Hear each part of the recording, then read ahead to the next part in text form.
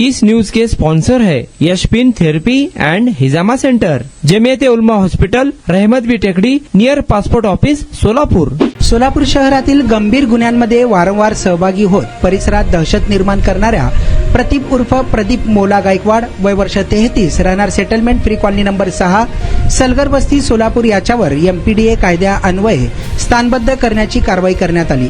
सदर आरोपी विरुद्ध सदर बाजार, सलगर वस्ती, विजापूर नाका आणि फौजारचावडी पोलीस ठाण्यात जबरी चोरी, दहशत निर्माण करणे तसेच अवैध आर्थिक फायदा मिळवण्यासाठी गंभीर स्वरूपाचे एकूण 12 गुन्हे दाखल आहेत। आरोपीच्या गुन्हेगारी कृत्यांमुळे नागरिकांच्या दैनंदिन जीवनावर परिणाम होत असून व्यापारी व सामान्य नागरिकांमध्ये भीतीचे वातावरण निर्माण झाले होते। यापूर्वीही आरोपीवर प्रतिबंधात्मक कारवाई करण्यात आल्या होत्या, मात्र त्याच्या वर्तनात कोणताही बदल न झाल्याने पोलीस आयुक्त एम राजकुमार यांनी महाराष्ट्र एमपीडीए अधिनियम 1981 अंतर्गत स्थानबद्धतेचा आदेश जारी केला।